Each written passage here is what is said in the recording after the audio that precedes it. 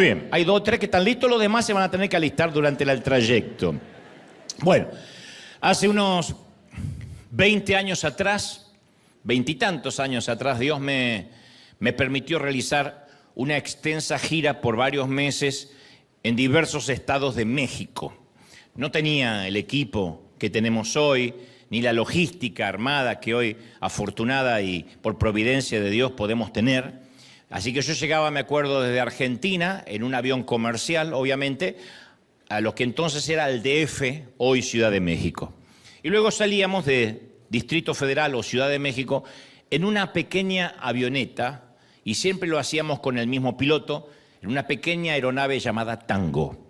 Yo lo he hecho, fui a Coatzacoalcos, en lo que me acuerdo, Mérida, México, no sé, tantos sitios, Tijuana, pero lo hacíamos siempre con el avión, con la avioneta, porque no había manera, a través de aviones comerciales, de combinar los horarios y hacer 4 o 5 ciudades en una semana.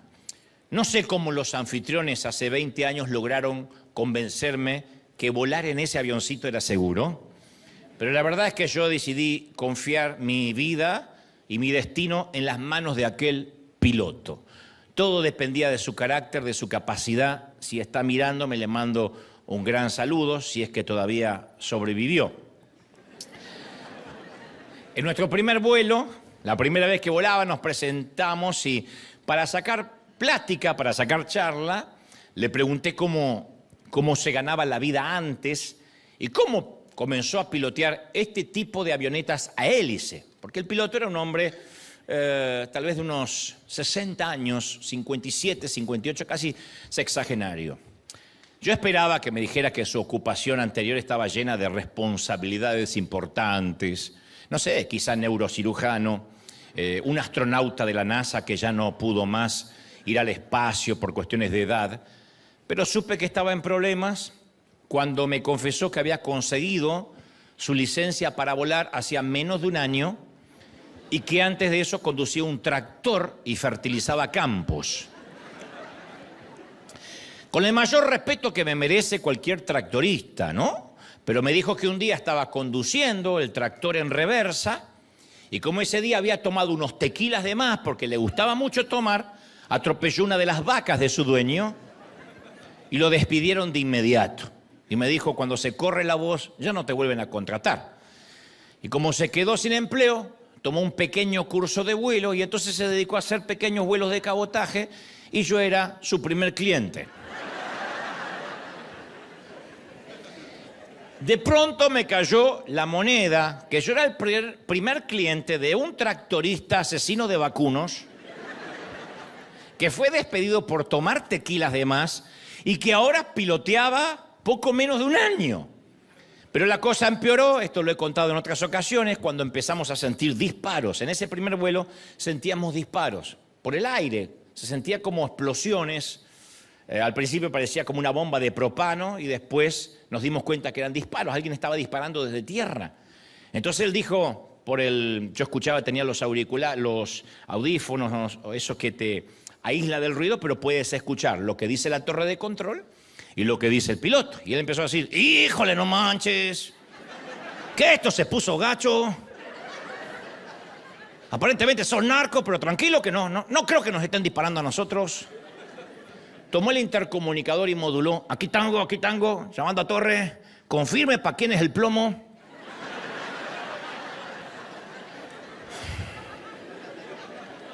Casi me infarto ahí mismo. Dije, ¿cómo estoy acá? ¿Por qué llegué acá? ¿Por qué acepté la invitación? Si Coatzacoalcos puede sobrevivir sin mí. Y el tipo me miró y me dijo, mire, la neta es que no nos vamos a enfrentar a nada con lo que yo no haya lidiado antes. Esto es México, mano. Confíe en mí y disfrute el vuelo. Ah, sí, cómo no. Me dice, haga lo que usted sabe hacer. Haga algo religioso, que yo me dedico a volar. Cuando me dijo, haga algo religioso, casi levanto una ofrenda.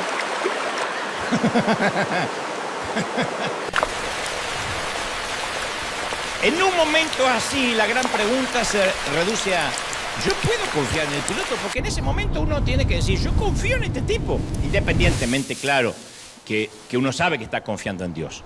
Pero remitiéndome a la historia, yo confío en este piloto. Este tipo sabrá lo que está haciendo. Son todas las cosas que se me cruzaron por la cabeza. ¿Tendrá el carácter y la capacidad para que yo confíe en él? Porque en ningún momento se puso tembloroso o dubitativo. Él siguió piloteando tranquilo como si fuera su tractor. Dijo, ¿qué es lo peor que matar a una vaca? Matarlo al que llevo atrás, ¿no? Entonces el asunto era que yo no tenía opción.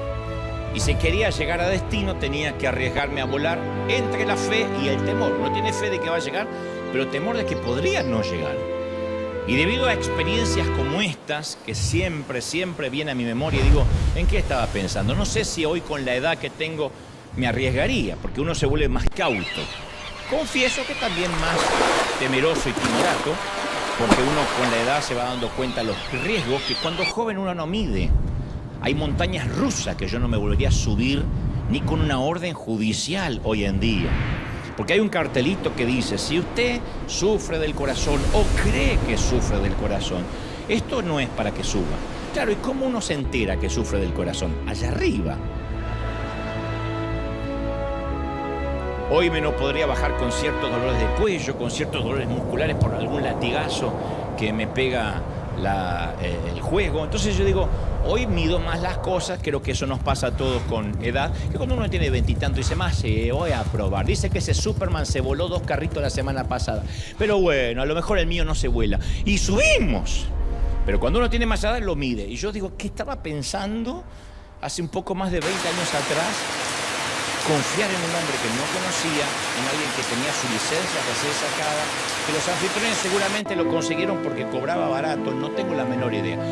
La cosa es que debido a experiencias como estas, siempre me atrajo la historia de Pedro cuando caminó sobre el agua con Jesús, porque también fue una caminata que tenía los dos ingredientes, la fe y el temor, y los dos aparecen en la historia, ¿no?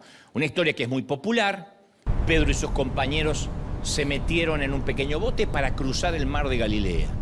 Jesús quería estar solo, así que se fueron a navegar sin él, dice, después los alcanzó. Esta vez se desencadenó una tormenta feroz, no fue cualquier aguacero, fue tan violenta que lo único que los discípulos podían hacer era mantenerse vivos, sobreviviendo a flote. Para las 3 de la madrugada, me imagino que ya no estaban preocupados por llegar a la otra orilla, solo querían seguir vivos. Ya era una ganancia seguir vivos, como cuando uno ve que el helicóptero te está cayendo y uno dice, ya no importa si llego o no llego, lo que quiero es aterrizar lo mejor posible sobre lo que sea. Eso era lo que los discípulos estaban viviendo. Entonces uno de los discípulos nota una sombra en el agua que se mueve en dirección a ellos. En principio creen que es un fantasma, pero después empezó a verse como una figura humana. Los discípulos estaban convencidos, obvio, de que se trataba una aparición fantasmagórica. Así que se aterrorizaron, gritaron con temor, y es interesante observar que los discípulos entraron a la barca originalmente por órdenes de Jesús.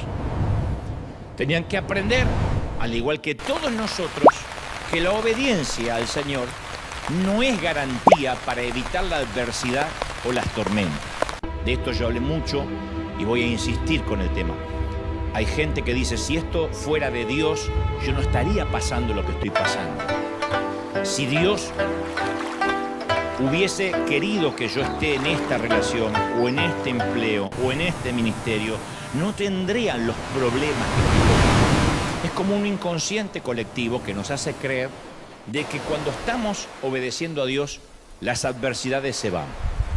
Eso viene a raíz de una falacia, de escuchar, Dios nos hará vivir de victoria en victoria. Y uno repite esas palabras, diga conmigo victoria, pero para que haya victoria tiene que haber guerra, tiene que haber lucha, tiene que haber adversidad, tiene que haber tormenta. Sin tormenta no se valora nunca la calma. El sosiego y la marea baja son valorados después que nosotros hayamos atravesado tormentas. No es algo que despierta amenes, no pretendo que me digan amén, pero caramba, que no hay paz si primero no hay tormenta. Estos muchachos tenían que aprender que estaban cerca del piloto y que ese piloto era el que estaba al mando, que aunque no veían al piloto, el piloto estaba al mando y tenían que confiar en él. De eso se trata. El Señor se le aparece y se confían en mí, muchachos. En otras palabras, conocen mi carácter, su destino está en mis manos, nada les va a pasar. Ahora, en esa barca se sentaron 12 discípulos. No sabemos cómo reaccionaron 11 de ellos al darse cuenta que no era un fantasma, sino que era Jesús. Tal vez reaccionaron con admiración, o con incredulidad, o con ambas, ¿no? Entre la admiración y la incredulidad. Algo como, no puede ser que esté pasando esto, o sí está ocurriendo. Uno de ellos, Pedro, estaba a punto de convertirse en el primer humano caminante sobre el agua. Él reconoció la presencia de Dios en el lugar más inusual. Otro paréntesis. Reconocer la presencia de Dios en un sitio como este, o mirando a través del streaming, no es un gran descubrimiento, porque decimos, voy a colocar este mensaje para que Dios me hable, voy a la arena para recibir un nutriente espiritual. Reconocer a Dios en lugares inusuales, como puede ser un hospital, los pasillos de un hospital, en el peor de los casos la cama de hierro de un hospital, la grama recién cortada de un panteón, de un cementerio, reconocer a Dios ahí. Reconocer a Dios en la sala de quimioterapia, la sala de diálisis, es una tarea mucho menos frecuente que cuando decimos, sentí la presencia de Dios hoy mientras cantábamos. Esto es lo que le está ocurriendo a Pedro. Está reconociendo a Dios en un sitio inusual. Así que se le ocurre una idea y dice, si eres tú, mándame que vaya a ti sobre el agua. Si eres tú, ¿por qué no me hace que yo camine también? ¿Por qué razón Mateo, en este caso la Biblia, incluye este detalle? Que Pedro dice, si eres tú, envíame a caminar contigo. Digo, ¿por qué Pedro simplemente no se zambulló esperando que pudiera caminar sobre el agua? ¿Por qué no se tiró de la barca sin decirle, si eres tú, mándame, dame la orden? ¿Por qué pide una orden? Es Jesús el que está ahí. Yo estoy en la barca, bajo y seguramente voy a caminar como él, o en su defecto no dejará que me hunda. ¿Por qué Pedro está pidiendo una orden? Dame una orden. Y yo creo que esto es por un motivo muy importante. Esta no es una historia de cómo correr riesgos. Se trata, en esencia, de un relato acerca de la obediencia. No de correr riesgos porque sí, de la obediencia. Que significa que tenemos que discernir siempre entre un llamado auténtico y genuino de Dios y lo que puede ser simplemente un necio impulso nuestro o una mera estupidez atrevida. Hay mucha gente que se hunde por bajar de la barca y no se hunde por falta de fe, sino porque nadie le ordenó que bajara de la barca. Y se mandó. Eso se llama estupidez viral o estupidez aprendida. Gente que dice, bueno, yo creí en fe y dejé el trabajo y que Dios me mantenga. Y no te mandó nadie. Esto que te voy a contar ahora, Dios sabe que no es ni un paso de comedia, ni le estoy agregando una cosita para que sea más cómico. Nunca hago esta aclaración, pero ahora es necesaria aclararlo porque después me preguntan, no puede ser. En uno de mis primeros viajes a España, un pastor amigo anfitrión argentino allá, que es presidente de varios pastores, me dice, quiero que me acompañes a visitar al pastor fulano de tal. Preservaré su nombre por cuestiones de ética, buen gusto y porque no procede. Me dice, quiero que vayas a visitar al pastor fulano de tal que está en el hospital. Solo que no te asustes porque está vendado hasta la jeta. Tiene la cara vendada, tiene las dos brazos quebrados, las dos piernas quebradas. Está todo fracturado, no le quedaron costillas. Digo, ¿pero vive? Me dice, sí, está consciente. Digo, ¿y qué le pasó? Me dice, que te lo cuente él. Digo, pero adelantame porque yo no sé qué. No, que te lo cuente él. Es un accidente automovilístico. ¡Oh! ¿Y por qué tanto misterio? Que te lo cuente él. Así que fuimos al hospital. Este pastor argentino, sabiendo lo que iba a ocurrir, me dice, bueno, los dejo solo para que platiquen, para que hablen, y se va. Entonces le digo al pastor, ¿cómo te sientes? Digo, dentro de todo lo que te veo, pobre pastor, era la momia, no se podía mover. Me dice, pues que Dios me ha fallado. Ok. Y bueno, sí, es la pregunta que el razonamiento, la conclusión a la que uno llega cuando pasan estos infortunios. Me dice, no, porque me ha fallado de verdad. Mire, yo venía de predicar. Y había predicado en 4 lugares sin parar. Así a lo Dante, como te contó recién. Dice, prediqué martes, prediqué miércoles, prediqué jueves, prediqué viernes. Y viernes prediqué muy lejos y fui con mi auto. Y cuando volvía esto estaba acá tan cansado que si paraba para dormir, no llegaba al servicio el otro día. Entonces solté el volante, me puse a dormir y dije, ángeles, manejen.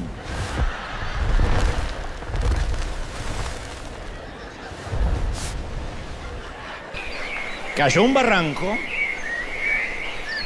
lo tuvieron que sacar casi en pedacitos. Dice, ¿para qué uno tiene ángeles si no les puede ordenar? Ok, dije yo. ¿Y cuándo, pastor, le dijeron los ángeles que iban a manejar? Pues que no es necesario que me digan, yo les he ordenado en el nombre del Señor y estos ángeles vagos no han querido manejar. Pero ni siquiera tiene un Tesla. Así que, y ese día aprendí, le mando un saludo al pastor si me está mirando, creo que no me invitan a España nunca más, pero ese día aprendí que hay órdenes de Dios y hay estupideces. Cuando uno se baja de la barca o quiere dormir y le dice a los ángeles que manejen sin que esa orden venga de Dios, el resultado es posiblemente 6, 7 meses en el hospital en el mejor de los casos. El valor por sí mismo no sirve, el riesgo por sí mismo no sirve si no se hace siempre por obediencia. Y a veces los evangélicos tenemos la costumbre de justificar todo en el nombre del Señor. Oh, Dios no es poderoso. Yo voy a hacer tal cosa. Oh, Dios no es poderoso para sostenerme si quiere. Claro que es poderoso para sostenernos si quiere, pero si no recibimos una orden explícita de Dios, Él no tiene la obligación de sostenernos porque no es el genio de la lámpara. Jesús no busca gente que salte de los puentes, pilotos que vuelen con los ojos vendados o cualquier otro tipo de kamikazes. Entonces, esta no es una historia sobre deportes de riesgos. Es acerca de discipulado obediente. Mándame que yo baje de la barca. Significa que antes que Pedro salga del barco, más vale que esté seguro de que Jesús también piense que es una buena idea. Y lo diré otra vez. Antes que te bajes del barco, más vale que estés seguro que Jesús también piensa que es una buena idea bajarte del barco. Si no, no lo hagas. Señor, quiero que me des la orden. Si me das la orden, yo avanzo. Y si me voy a morir, bueno, morí por orden de Dios. Morí bajo lo que se llama militarmente obediencia divina. Vamos a la guerra y por ahí somos carne de cañón para distracción del enemigo y nos matan a todos. Ok, pero estamos siguiendo órdenes. No somos loquitos que salimos como si fuéramos un escuadrón suicida. Entonces Dios no va a bendecir a los suicidas. Va a bendecir a aquellos que siguen una orden. Por eso es que pide con claridad, si eres tú, mándame. La frase más importante no es si eres tú. Creo que los 12 ya sabían que era Él. La frase más importante es, mándame, dame la orden. Ya era suficientemente difícil tratar de caminar sobre el agua tranquila. Ya es difícil caminar con el agua con marea baja, con un sol brillante y sin viento. Imagínate tratar de caminar aterrado cuando las olas golpean y el viento está en su máxima fuerza y son las 3 de la madrugada, no se ve nada. Ahora, si estuviésemos ahí, en medio de un temporal feroz, ¿qué escogeríamos? ¿El agua o el barco? ¿Qué es lo más lógico? ¿El agua o el barco? Al menos el barco, por ahora, es seguro. No se dio vuelta. Sí, se está moviendo como una cáscara de nuez. Pero hay otros 11 tipos ahí arriba. Por otro lado, el agua es tempestuosa, las olas son altas y no hay ningún tipo en el agua excepto el maestro. Entonces, si salimos del barco, hay una gran probabilidad de ahogarnos. Esa probabilidad nunca desaparece. Si yo voy a predicar a un sitio de México con el piloto matabacas, lo más probable es que llegue y también hay probabilidades que no llegue. Nunca me subí a un avión, ni siquiera un avión de línea de los más seguros del mundo, que me aseguraran 100% de que yo iba a llegar. Puede pasar cualquier cosa, aún cuando conducimos un automóvil. Ahora, si no salimos, hay una certidumbre garantizada de que nunca caminaremos sobre el agua. Yo puedo evitar volar en avión. Digo, no, yo tengo terror de volar en avión y hay una certidumbre de que hay ciertos sitios a los que solo se llega en avión que nunca voy a llegar. Yo puedo decir, detesto los autos, que maneje otro, como si el otro no fuera a chocar. El chofer del Uber, o del taxi, o del bus, todos tienen la misma posibilidad que tenemos nosotros de estar al volante. Entonces este es un principio que nunca falla. Para caminar sobre el agua hay que salir del barco, si no, no se puede caminar. Pero siempre hay algo dentro nuestro que nos dice que la vida es más que sentarse a navegar en un tranquilo y placentero velero. Hay algo como que en un momento en la vida decimos, tiene que haber algo más. Aún aquellos que decimos, mi sueño es una casita, un autito y nada más. Y una parrillita por ahí para hacer un asado al fondo. Aún los que dicen eso, hay momentos que dicen, no, la vida tiene que ser más que eso. Fuimos hechos para algo más que evitar el fracaso, que evitar las tragedias. Hay como un gen que pone Dios de aventura, de querer crear, de querer hacer, de avanzar. Todos tenemos ese gen, dormido, semidespierto, despierto, pero todos tenemos el gen. Ahora tenemos que preguntarnos, cuando hace tiempo que no corremos ningún riesgo y nos gusta la vida demasiado tranquila, es porque no salimos del barco. ¿Cuál es nuestro barco? Nuestro barco es cualquier cosa que represente seguridad y tranquilidad, además de Dios. Nuestro barco es cualquier cosa que nos represente tranquilidad, además de Dios. Nuestro barco es cualquier cosa que seamos tentados a confiar, especialmente cuando la vida se pone tormentosa. Ese es nuestro barco. Cualquier cosa que nos mantenga cómodos, aun cuando Jesús nos está invitando a caminar con Él sobre las olas. Cuando Jesús nos dice, quiero que te arriesgues, esto conlleva un riesgo y no queremos, es porque todavía no hemos reconocido que hay un barco que nos mantiene seguros. ¿De verdad queremos saber cuál es nuestro barco? Bueno, nuestro temor nos lo va a decir. Yo pensé que no tenía ningún barco hasta que mi miedo me lo dijo. Todos tenemos un barco. Solo tenemos que preguntarnos, insisto, ¿qué es lo que me produce más temor cuando pienso en dejarlo atrás y caminar hacia adelante en fe? ¿Qué es lo que no podría dejar? ¿Qué es lo que diría, no podría vivir sin eso, no podría vivir sin él, no podría vivir sin ella? O sin ellos, en el caso que sean hijos. Yo conocí a un caballero cuyo barco es su oficio, su vocación. No está mal tener un oficio y vocación. Por cierto, es maravilloso. El tema de este caballero que ese es su barco de seguridad. Y trabajó casi toda la vida en la misma compañía. Y eso tampoco es malo, sino que él siempre, confiesa, sintió una sensación de que Dios lo estaba llamando a hacer algo mayor, a servirle. Que no estaba destinado a fabricar lo que fabrica. Él estaba destinado con su capacidad de administrar cosas que tenían que ver con el reino de Dios. Sin embargo, él cayó su conciencia durante años, ofrendando grandes cantidades de dinero a la iglesia, pero nunca pudo quitarse de encima el temor de que nunca se atrevió a seguir su llamado y sabe que quizás ahora es tarde. Él sí recibió la orden, baja, y él no quiere obedecer, y algo lo carcome por dentro y ahora dice, soy un tipo grande, pasé la mediana edad y no sé si ahora tengo ganas, con nietos, de correr un riesgo que debía haber corrido antes. Conocí una dama cuyo barco es su relación. Ha estado involucrada durante años con un hombre que nunca tiene la iniciativa de hacer nada. Y está bien que todas las damas tienen cierto instinto maternal. A veces quieren ser un poco hijas, casi como un juego de ese hombre. Hay momentos que necesitan ser contenidas, cuidadas, escuchadas. Y está bien que a veces también les sale el instinto maternal de cuidar y proteger a su hombre, cuando ese hombre no es otra cosa que un niño en un cuerpo de adulto. Pero cuando el patrón es continuo y la esposa, en lugar de tener un hombre, tiene un niño al que criar toda la vida, que si no lo empuja no va a trabajar, que si no lo empuja no va a buscar empleo, que no tiene iniciativa de nada, que evita hablar acerca del futuro y que en todo caso, en el peor de los casos, hace sentir a la dama como un simple objeto que usa cuando tiene ganas, esa dama se empieza a hartar. En este caso ella sabe que no tiene futuro, pero no cree que pueda manejar la situación de perderlo.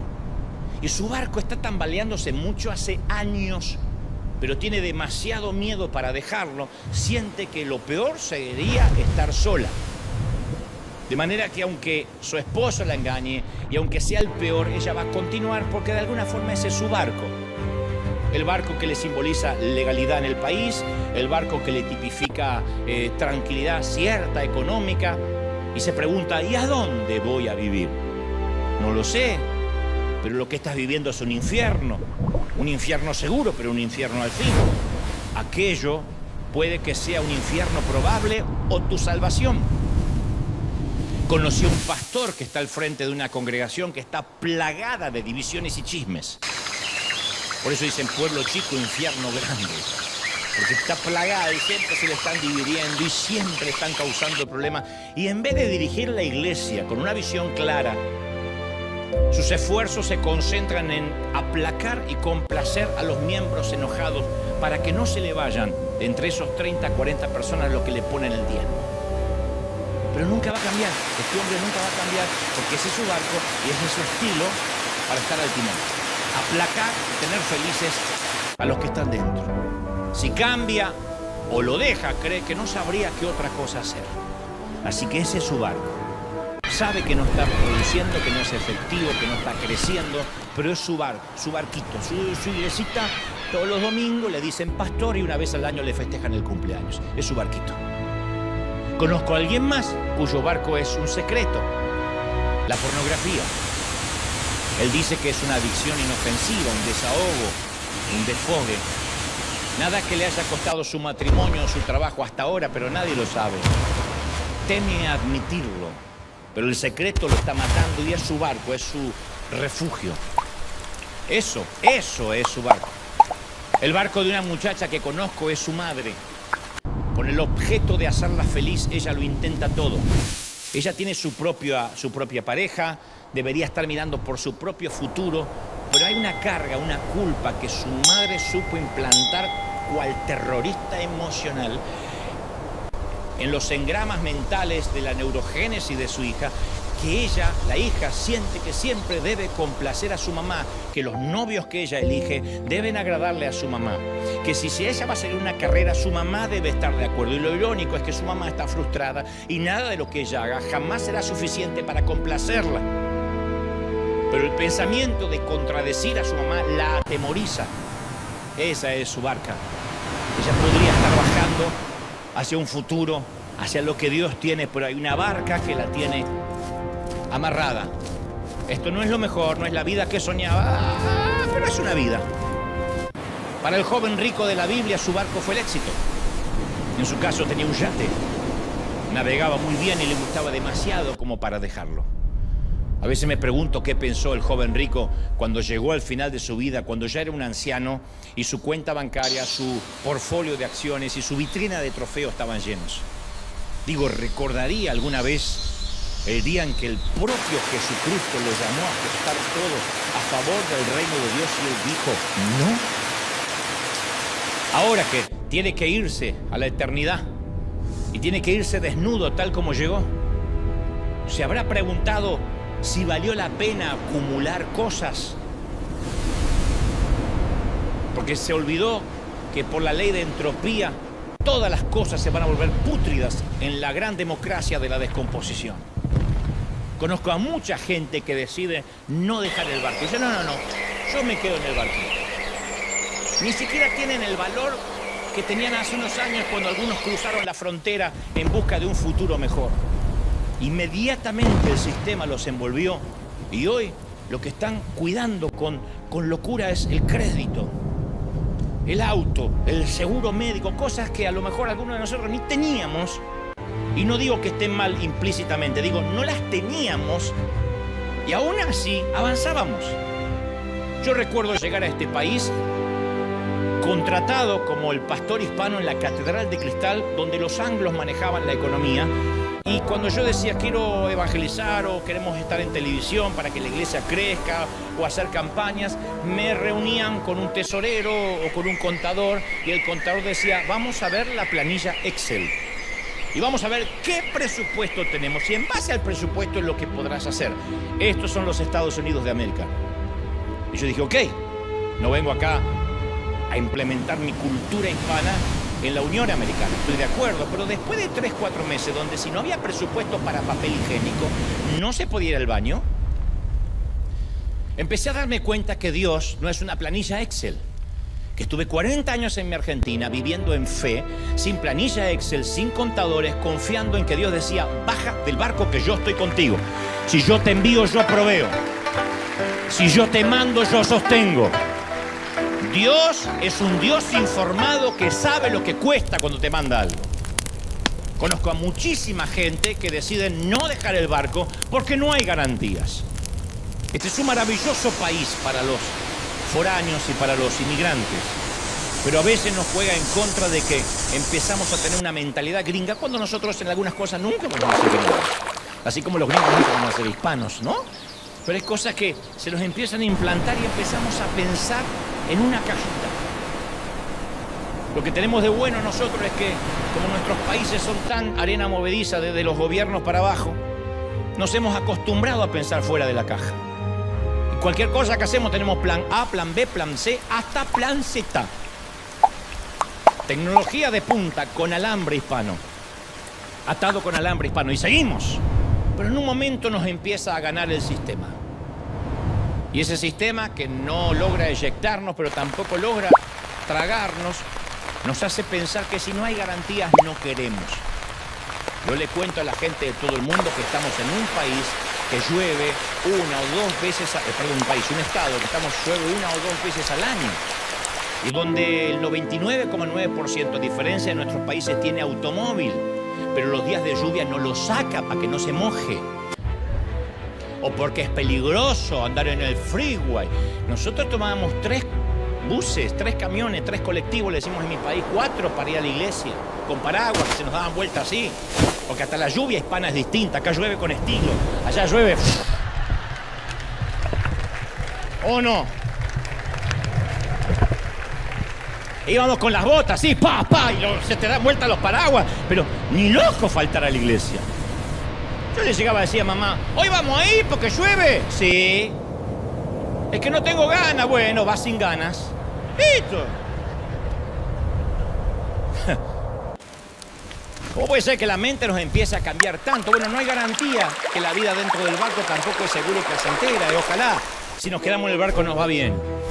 Podemos hacernos veganos, evitar los carbohidratos, no beber nunca café, nunca irnos a dormir más allá de las 8 de la noche, no tener suegra, no trasnocharnos, evitar todo tema controversial para no ofender a nadie, gastar solo lo necesario, ahorrar todo lo que podamos y aún así podemos rebalar en la bañera y morir. Estamos así, ¡ah! Y se cayó el que no tiene suegra y se murió igual. Un filósofo de la ciencia, Larry Laudan, estudió durante 10 años todo lo que él llama gestión de riesgos y concluyó que todo en la vida, todo, tiene y conlleva un riesgo. Nada es exento de riesgo. Si buscamos la seguridad total, nos equivocamos de especie. No hay seguridad total en nuestra especie ni de este lado del sol, en nada. Todo puede fallar, desde el Titanic, el barco inundible, hasta los aviones de última generación, hasta los proyectos de enviar misiles o cohetes o naves espaciales que han estallado en el aire en su despegue. Nada, aunque la NASA esté detrás, es absoluta y completamente seguro. Podemos decir, me voy a quedar la vida sin salir de la cama, pero puedes convertirte en uno de ese millón de personas que cada año van a emergencia porque se caen de la cama. Podemos cubrir nuestras ventanas para no mirar el exterior, pero eso puede convertirnos en uno de los 10 personas al año que accidentalmente se ahorcan con los cordones de sus propias persianas. Desde luego, siempre hay peligro cuando salimos del barco, pero también lo hay si permanecemos en el barco. El peligro del pudo haber sido. Yo tengo terror a eso. Mi papá siempre fue un gran carpintero, pero era un nivel más que carpintero, era lo que se llama ebanista. Esos profesionales que pueden hacer de la madera obras de arte. Él literalmente hacía plantillas y luego que las dibujaba, él podía fabricar esas sillas o sillones tipo Luis XV, esos sillones casi barrocos que se venden muy caro en el negocio de la madera o de los muebles finos. Y mi papá era un gran ebanista, un gran talento. Y entonces alguien vino y le dijo, mira, Federico, yo te voy a proponer, tú pones tu talento y yo pongo el dinero y vamos a hacer una gran empresa, una gran compañía. Él dijo, no, porque eso me va a demandar más esfuerzo. Y dice, no más, solo que en vez de irte a las 2 de la tarde a dormir la siesta, a veces vas a tener que trabajar hasta las 5. Estás viendo 3 horas más. Y mi papá dijo, ¿y la siesta? No digo siempre, pero a veces te vas a tener que quedar porque ya no eres empleado, esperando que sean las 2. A veces cuando hay que entregar un lote o hay que entregar una partida, vas a tener que quedarte, es lo único. Pero al principio, después tendremos empleados que aprendan tu oficio. Y él dijo, ok, déjamelo pensar. Finalmente dijo, no, yo prefiero la siesta. Además, es complicado. Y si sale mal, bueno, el resultado que este caballero, al ver que mi papá no aceptó, se lo propuso a otro carpintero con mucho menos oficio y mucho menos talento. El resultado es que hoy son millonarios, tienen una cadena de carpinterías en todo el mundo, Rallini Furniture, y son millonarios y sus hijos son millonarios.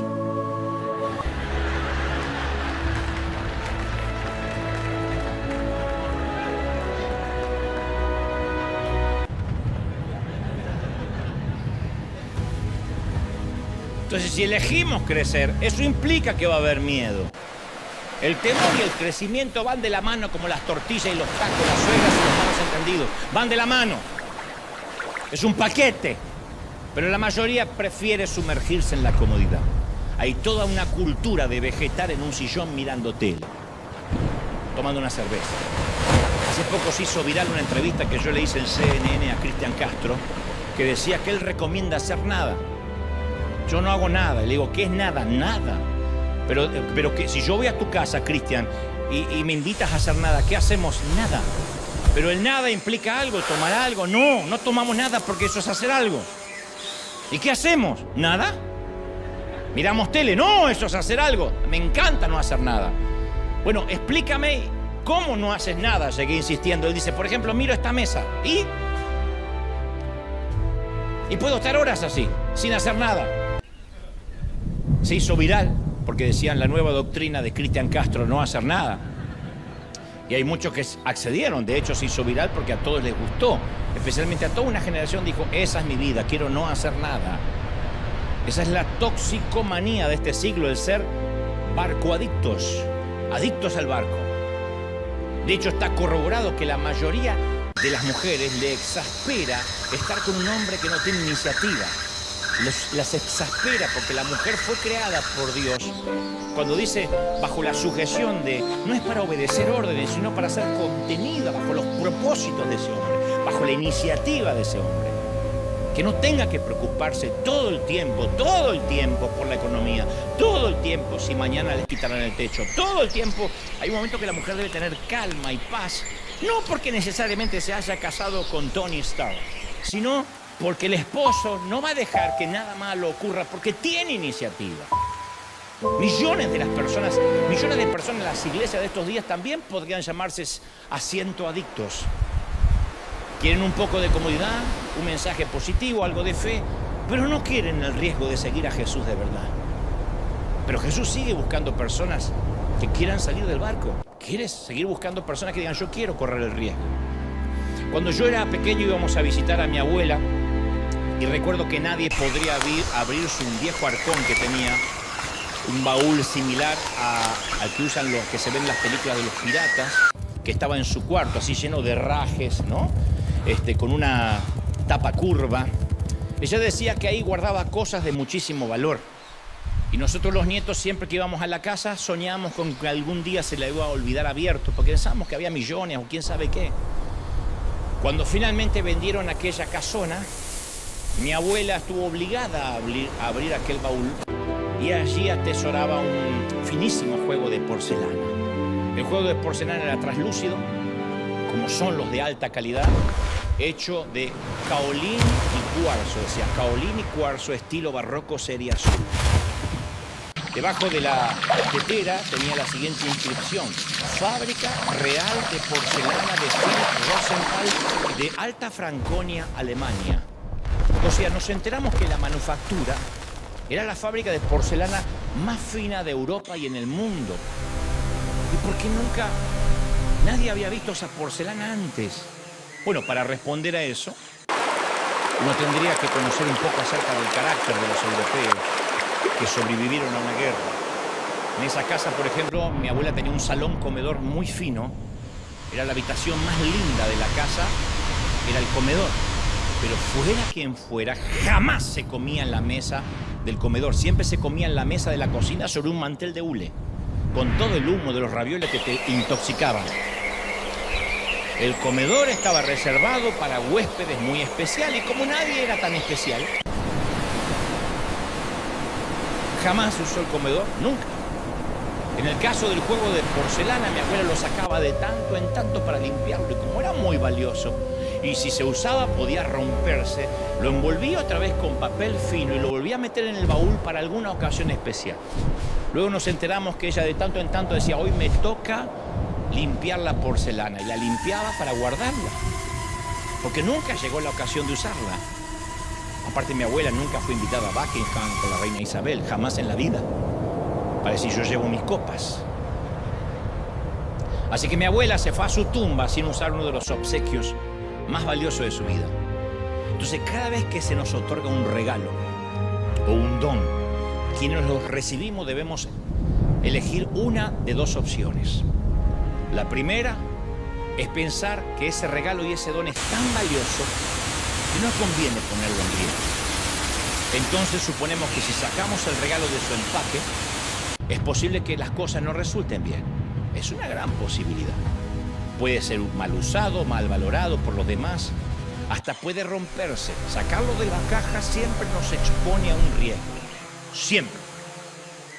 La segunda decisión es pensar que ese regalo o ese don es tan valioso que justamente por eso debe exponerse al riesgo. Porque si no lo sacamos del empaque, nunca será utilizado. Dejar un don dentro del envoltorio frustra el deseo de quien te lo dio. No hay peor tragedia que un regalo sin abrir. Eso es apreciar más la seguridad que el crecimiento. Y si tenemos que ponerle un nombre al precio que pagamos por no abrir nuestro regalo, es la falta de crecimiento. No se crece sin caídas, sin roturas, sin riesgo. Fuimos hechos para crecer. De hecho, nos encanta ver el crecimiento. Cultivamos jardines, nos encanta ver los árboles con hojas verdes, valoramos las reservas ecológicas. Nos gusta ver crecer a los recién nacidos. Ese bebé apenas lloraba y balbuceaba ayer, y hoy se une a las filas de los que pueden hablar. Y los papás nos emocionamos, aunque en años lamentaremos que nunca cierra la jeta, pero nos emocionamos. Hace unos años el templo estaba semivacío y nos conformamos diciendo: bueno, pero está viniendo un grupo lindo, que es la frase que usamos los pastores para justificar la poca gente. Es un grupo lindo. Siempre me pregunté cómo sería un grupo feo. Pero hoy por hoy hay que llegar temprano, hay que conseguir estacionamiento, un buen lugar, hay que hacer fila. Bendita complicación del crecimiento. A su vez, hay pocas cosas más tristes que el estancamiento. Esa es la tragedia de un regalo, de un don sin abrir. Es como si viviéramos la mitad de nuestra vida esperando a que comience la otra mitad, que está más adelante, que nunca empieza. Pero la vida es eso que nos va pasando mientras miramos maratones o series de Netflix o fisgoneamos en Instagram vidas ajenas que apenas conocemos. Eso es la vida. La vida es lo que nos pasa mientras miramos redes sociales. La vida es lo que nos va pasando mientras que perdemos horas en una serie. No estoy en contra del entretenimiento, digo que eso es la vida, lo que va pasando mientras. Y para que sirviera de alerta a todos, Jesús relata una historia acerca de un magnate ejecutivo y sus 3 empleados, que la historia también es muy popular. La historia aparece en Mateo 5:14 y relata cómo cada uno de ellos se les da una generosa oportunidad de bajar del barco. El patrón reúne a 3 empleados, les encargó sus bienes. El patrón le dio al primero 5 talentos, 2 al segundo y 1 al tercero. Un talento es la manera de cuantificar el dinero equivalente a 15 años de salarios. O sea, no era un aguinaldo, dividió sus bienes, su herencia, 15 años de salario. En ese tiempo la gente vivía al día, por lo tanto acumular solo un año completo de salario significaba una riqueza fabulosa. Así que las cifras de las que Jesús habla son siderales y asombrosas. Este magnate era Jeff Bezos, Elon Musk o Mark Zuckerberg. Les encargó su fortuna y luego se fue. Es la ocasión para que todos pongan en práctica la iniciativa de bajar del barco, gestionar sus habilidades en el mercado. Porque cuando uno recibe una herencia grande y fue un trabajador toda la vida, un empleado que vivía al día, al cheque, y te dan una fortuna, esa fortuna se puede dilapidar en menos de 3 meses o aprendes a gestionar y cómo se trabaja el dinero. Sé que están pensando, a mí dame dinero y vas a ver cómo sé qué hacer. No, si no, no habría ganadores de la lotería que volvieron a la pobreza. Futbolistas, boxeadores que por no tener un manejador del dinero volvieron a ser tan pobres como antes después de haber ganado fortunas. No todos pueden manejar una gran pesca. Este es un acto de generosidad y confianza sin precedentes lo que el Señor cuenta. Es una oportunidad vocacional, organizacional y financiera. Y hasta ese momento estos tipos solo recibían órdenes. Vaya para allá, estacione mi caballo, meta la vaca para adentro, corra la gallina, alimente a los chanchos. Su vida era rutinaria, predecible, segura, sin autoridad, pocos recursos, responsabilidad limitada. Hay gente que le encanta la responsabilidad limitada. ¡Qué lindo! Yo a las 5 de la tarde me voy y hasta el otro día no me acuerdo del trabajo. Bueno, así va a vivir. Nadie que no sea 24/7 va a tener más dinero del necesario. De repente cambian su destino para siempre esta gente. Tal vez el primer empleado llegó a la mujer y le dijo, gorda, nunca estuve vieja en una posición así para planificar nada. Vamos a correr riesgo, ¿entendés? Está bien, no teníamos hambre, pero anhelábamos algo más. Y vos sabés que el jefe hoy hizo algo que nunca pensé que hiciera. No sé si porque no tiene hijo, porque se peleó con la mujer, pero me llamó a su oficina. Me hizo un guiño del escritorio y me encargó gran parte de su fortuna. A mí me pareció increíble que tuviera fe en mí. Esta es una oportunidad tremenda. Y la mujer le dice, pero viejo, esto pasa en las películas. Sí. O en la vida real. El primer empleado se percata de que está recibiendo una delicada porcelana de caolín y cuarzo, estilo barroco, serie azul, con la inscripción Fábrica Real de Porcelana de Philipp Rosenthal, Alta Franconia, Alemania. Este empleado se da cuenta de que sería una locura permitir que cualquier cosa te interfiriera. Que es como que eres soltera y te manda un texto David Beckham o Brad Pitt, no te pones a orar. Brad Pitt dice, salimos, no oras. Si un argentino te ofrece cambiar una pupusa por un asado, no te pones a orar. Larga la pupusa. Bueno, el empleado hace eso, no se pone a orar, se abalanza sobre la oportunidad antes que el patrón reconsidere o cambie de opinión. El tercer empleado no hizo eso. Tenía como... Era el típico hispano, no ustedes, no, el típico hispano que vive en Estados Unidos, que se hace piqui. Que salía a pelearse en las calles de Tijuana y ahora dice, ay, hay lluvia. Bueno, ese recibió el más grande de todos los dones y lo enterró en el campo. ¿Por qué haría algo así? ¿Por qué enterrás el don? Se te está dando dinero para gestionar. ¿Qué hace que alguien desaproveche la oportunidad de su vida? Esto nos lleva a una segunda verdad acerca del amo. Este empleado olvida un hecho muy importante en la vida. Olvida que el Señor del don regresará. Ese día siempre llega. Dice la palabra, después de mucho tiempo, volvió el señor de aquellos siervos y arregló cuentas con ellos. A mí me sorprende lo fácil que olvidamos esto.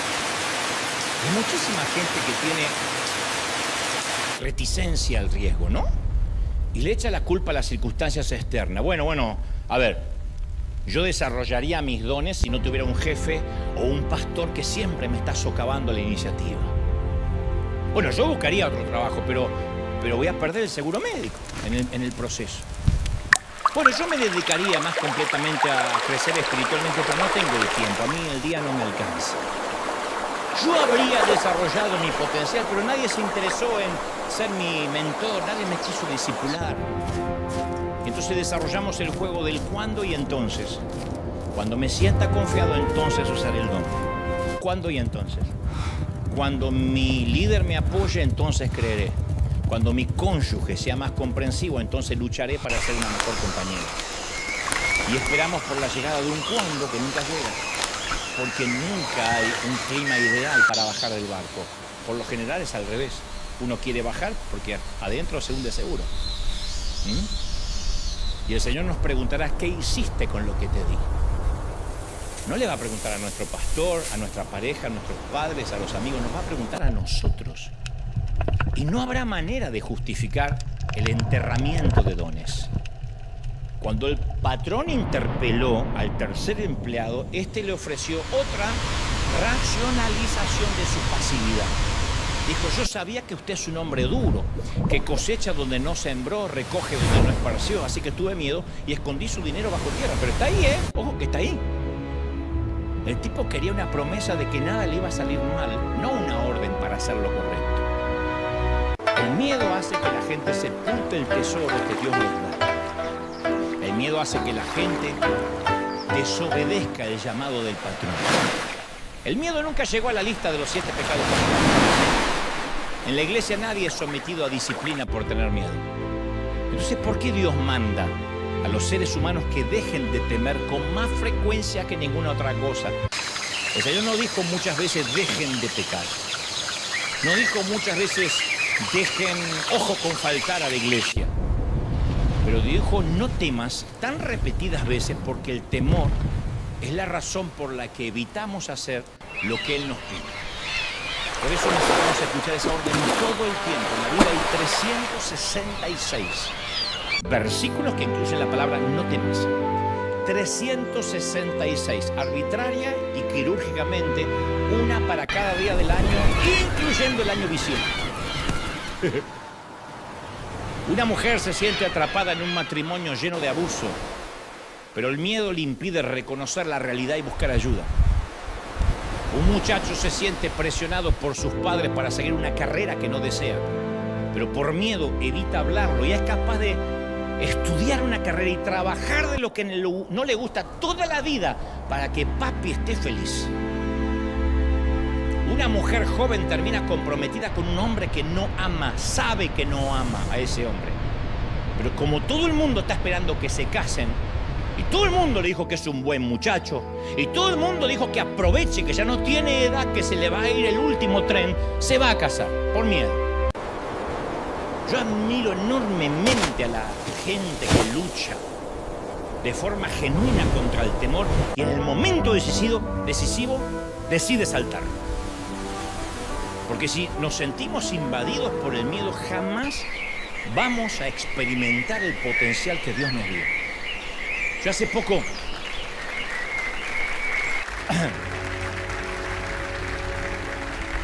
hablaba con alguien que fue llamado a hacer grandes cosas, una persona enormemente dotada, con muchos talentos, pero está siendo empleado en un lugar que lo está matando.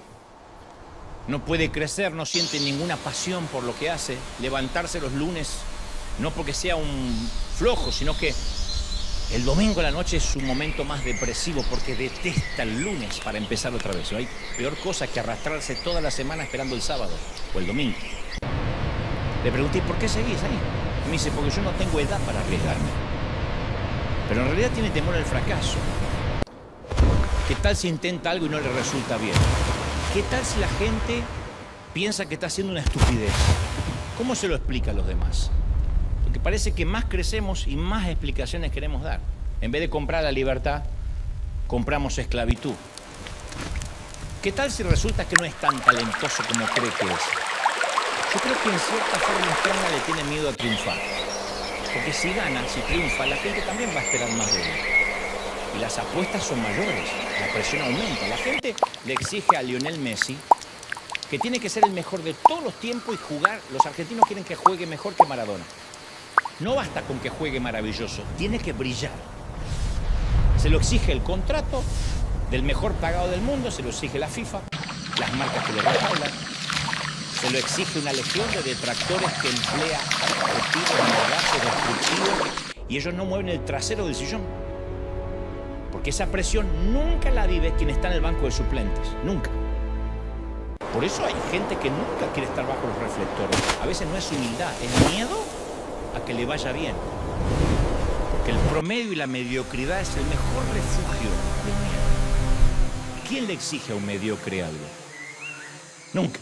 Yo me acuerdo que en el colegio teníamos una nerd, hasta me acuerdo el nombre, Silvana Geuna se llamaba la nena, en la primaria. Que sabía todas las respuestas en una computadora. ¿Quién sabe lo que fue de su vida? Posiblemente haya triunfado. Pero se le exigía tanto a esa nena que el día que no se acordaba algo decía, ¿pero qué pasa, Geuna? Me extraña. Ahora cuando me preguntan a mí, nunca les extrañaba, porque yo casi nunca sabía nada. ¿Sabes lo que decía? Ay, Hebel, siempre el mismo, usted en las nubes. Sí. Sí, profesor. Yo estaba ahí y decía, ¿Qué, Gebel, ¿cómo es la respuesta? Ni idea. Ay, Gebel no aprende más. Me dejaron de exigir, se aburrieron de exigir. Desde esa mediocridad uno puede criticar a todo el mundo, porque nadie nos va a pedir a nosotros que demos el ejemplo. Pero nunca habremos hecho lo que Dios tenía en mente cuando fuimos creados. Entonces el temor nos costará nuestro destino y eso es pagar un precio muy alto. El temor se transmite de generación en generación. Y eso lo aprendimos de nuestra familia, ¿o no? ¿Qué es lo que las madres nos decían cuando salíamos de casa para ir a la escuela? ¿Quién tuvo una madre que le dijo, arriésgate, hijo? Hazte hombre hoy, madura, date algunos golpes. Aférrate al peligro. Trata de iniciar alguna pelea durante el recreo, lo que sea. Sé resiliente, mijo. Y cuando cruces, mira solo a un lado de la calle cuando cruces, porque eso te da adrenalina, mi amor. ¿Cuál era el consejo maternal? ¡Ay, cuidado, no te me lastimes! No juegues con esa rama que les podés sacar el ojo a alguien. ¿Alguien en toda su existencia conoció a alguien que haya perdido el ojo por jugar con una rama? ¡No! Fuimos criados para tener miedo. Por otro lado, el temor no es la única cosa que se contagia, también la confianza. La fe audaz se contagia. Todo lo que hagamos en fe, nuestros hijos nos imitarán. Pero nos topamos con una gran sorpresa en la historia. Cuando el siervo dice que el miedo del patrón lo inhibió, el patrón no lo contradice, no le dice, ¿se acuerdan que le dice? Yo sabía que usted era un hombre duro, que cosecha donde no sembró, por eso lo enterré. Así se excusó. El jefe no le dice, me malinterpretaste, me estás calumniando. No. Lo que le responde es, si eso es realmente lo que pensabas, tenías que haber hecho algo mínimo. Habrías podido invertir el dinero y recibir intereses. Jesús apunta al hecho de que esta excusa es una cortina de humo, no una razón seria. Este hombre trata de evadir la multa de tránsito. Pero eso no va a pasar. Porque el Señor de las cuentas claras nunca puede ser evadido. El miedo nunca es una excusa válida para la tragedia de un regalo que se queda sin abrir. Una de las cosas más interesantes de esta historia es que el empleado no es juzgado para hacer cosas malas, sino por no hacer nada. Bueno, no provocamos el incendio, sí, pero si no hacemos nada por los quienes están quemando, tampoco somos gente buena. Y por años nuestro evangelio fue la búsqueda de la santidad, evitando pecados de comisión. Y pecamos por omisión, por no hacer. Nos oponemos a todo, pero no proponemos nada. Fuimos viejos piratas egoístas, enterradores de tesoros. El empleado no robó, no malversó y no defraudó. Simplemente fue un sepulturero, un enterrador de talentos. Y Jesús utiliza las palabras malo y perezoso. No ser buenos mayordomos en lo que Dios nos dio, sino de robar de Dios. La pereza espiritual no es lo mismo que la flojera física, Porque la pereza espiritual puede coexistir con mucha actividad. Esta es la historia del pecado de un potencial no aprovechado, la tragedia de un regalo que queda sin abrir. Cuando los profesores quieren que los alumnos crezcan, le dan problemas. No le dan soluciones. Y si alguien nos da todas las respuestas, obtenemos buena calificación, pero no habremos crecido. Por eso necesitamos gestionar nuestros dones bajo fuego, para poder crecer, madurar. Yo quiero que usemos nuestra imaginación por un momento y imaginemos que termina nuestra vida y somos conducidos a una habitación pequeña en el cielo. Hay dos sillas, una para nosotros y una para Dios. Y Dios coloca un video titulado Lo que pudo haber sido tu vida. Y vemos lo que Dios pudo haber hecho si se lo permitimos. Lo que podía haber hecho con nuestros recursos financieros si hubiésemos confiado en la generosidad de Dios. Vemos lo que habríamos hecho con nuestros talentos si hubiésemos confiado en Él como para no correr riesgos. Mira, cuando yo era niño, y a las pruebas me remito, desde que tengo uso de razón, me di cuenta que podía dibujar con facilidad. Vino conmigo, nunca estudié. Cuando Dios me equipó, supe que de alguna forma tendría este don, sin que tuviera que ir a aprender. No es que tampoco soy un Picasso, pero Dios me envió con este fascinante don que yo tuve siempre desde muy chiquito.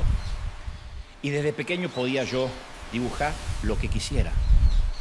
Se asombraba mi mamá porque decía, no sé por qué, menos mal que no fuiste un tumor y te abortamos, mi hijo. Dibujaba como si fuera un profesional de la historieta y la caricatura. Como yo siempre cuento que dibujo, yo sé que algunos dicen, pero bueno, ¿será que realmente lo hace? Siempre lo he hecho toda mi vida, desde muy chiquito, y simplemente fue mirando gente. Fue el primer talento que recuerdo que yo le entregué al Señor y dije, no sé para qué va a servir, pero se lo entrego a Él. Y con mis flamantes 15 años, le dije al director de un periódico, yo tenía 15 años, le dije, yo quiero que publiques mis dibujos, aunque sean gratis. Y él dijo, ok. Así que lo hice y le gustaron tanto al público que aquel hombre tuvo que contratarme. Se llamaba Juan Manuel Santillán, fue mi primer empleador a mis 15 años. Y más adelante publiqué 2 libros de historietas que se vendieron literalmente de a millares. No estoy exagerando, y gané mucho dinero siendo muy joven. Y siempre tuve la sensación que las cosas, si se complicaban de algún modo, siempre yo podía volver a dibujar. O sea, nada se podía poner tan complicado que yo no pudiera dibujar. Si perdía el empleo o si algo sucedía, tuve que aprender a dibujar muchas veces, o 2 veces, porque mis dedos fueron cortados por la carpintería, así que tuve que hacer mucho ejercicio para recuperar mi mano diestra. Pero siempre supe que de alguna forma era el don y que yo podía dibujar cualquier cosa. No he dejado de dibujar ni un solo día en mi vida, ya sea sobre una servilleta o mientras que hablo por teléfono, porque yo siempre digo, si algún día no me quieren escuchar más, puedo dibujar. La pregunta es, ¿qué es aquello que Dios te ha dado y que necesitas invertir en el reino? Tal vez tus posesiones materiales, tal vez un potencial no desarrollado, tal vez puedes usar tu dinero en vez de para acumular cosas, para ayudar a predicar el evangelio, alimentar a los pobres. Eso es una inversión eterna. O tal vez necesitas gestionar tu tiempo. O puedes seguir a la deriva, levantarte, trabajar, volver a casa, cenar, ver tele, jubilarte y un buen día morir. Es hora que entres al juego. Y te lo voy a decir sin vueltas. Invertir todo lo que posees en el reino de Dios es lo más grande que jamás se te va a presentar. Tienes que ofrecer lo más valioso. Nunca, capaz que va a ser demasiado visible, pero el Señor del don puede tomar 5 peces, 2 panes y alimentar a una multitud. El Señor del don puede tomar 2 monedas ofrecidas por una viuda pobre y transformarla en la ofrenda más importante de la historia. Puede tomar un fugitivo tartamudo llamado Moisés y desafiar a un dictador mundialmente poderoso con toda su infantería armada. El Señor del don puede tomar a 11 torpes seguidores y crear una comunidad que se propague por el mundo. No tienes idea de lo que significa bajar del barco. Lo que sea, bajar del barco es maravilloso. Y para culminar, te voy a regalar pequeño poema, quizás el más triste que jamás se haya escrito, pero vale la pena, viene a cuento. En un principio se lo atribuyeron a Jorge Luis Borges, pero se cree que el autor real sería Don Herold. Y dice: si pudiera vivir nuevamente mi vida, trataría de cometer más errores. No intentaría ser tan perfecto. Me relajaría más. Tomaría muy pocas cosas con seriedad. Correría más riesgos. Haría más viajes. Contemplaría más atardeceres. Subiría más montañas, nadaría más ríos. Iría a más lugares donde nunca he ido y tendría más problemas reales que problemas imaginarios. Yo fui una de esas personas que vivió sensata y prolíficamente cada minuto de su vida. Y también era de esos que no iban a ninguna parte sin un termómetro, una bolsa de agua caliente, un paraguas y un paracaídas. Pero si volviera a vivir, viajaría más liviano. Comenzaría a andar descalzo a principios de la primavera y seguiría descalzo hasta concluir el otoño. Y a este poema yo le agregaría: cuando mire hacia atrás y vea una vida de conversaciones profundas, íntimas y sinceras que nunca tuve, grandes y sólidas oraciones que nunca hice, riesgos estimulantes que nunca corrí, regalos sacrificiales que nunca ofrecí y vidas a las que jamás toqué. Me sentiré triste porque me veré sentado en un sillón reclinable que hace ruido, con un alma marchita y un viejo televisor que me aburre. Y me daré cuenta que allá afuera había un mundo lleno de necesidad y un gran Dios que me llamaba a ser parte de algo más grande que yo mismo.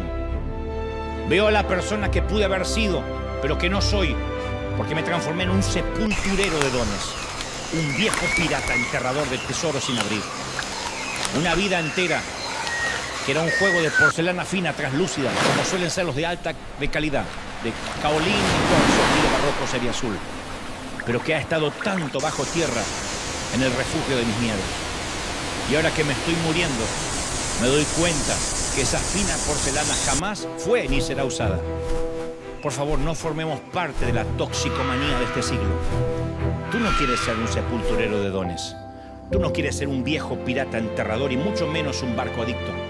Corramos el riesgo, bajemos del barco, saltemos al vacío, sigamos el llamado del Señor en esta que es una temporada de riesgo. Agradezcamos al Rey de Reyes. ¡Vamos! ¡Celebra, celebra, celebra al Rey! ¡Aleluya! Dale un aplauso grande al Señor de señores. Dale un aplauso grande y al Señor. Hay fe.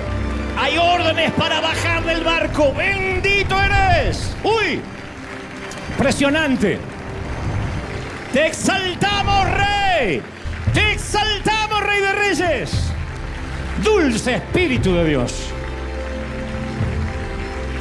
Vamos a levantar nuestras manos y decir: Señor, heme aquí, envíame a mí. Parece un recurso tan usado decir eso. Lo hemos dicho en campañas, en cruzadas. Levante la mano quien quiera servir a Dios, en campamentos, en congresos.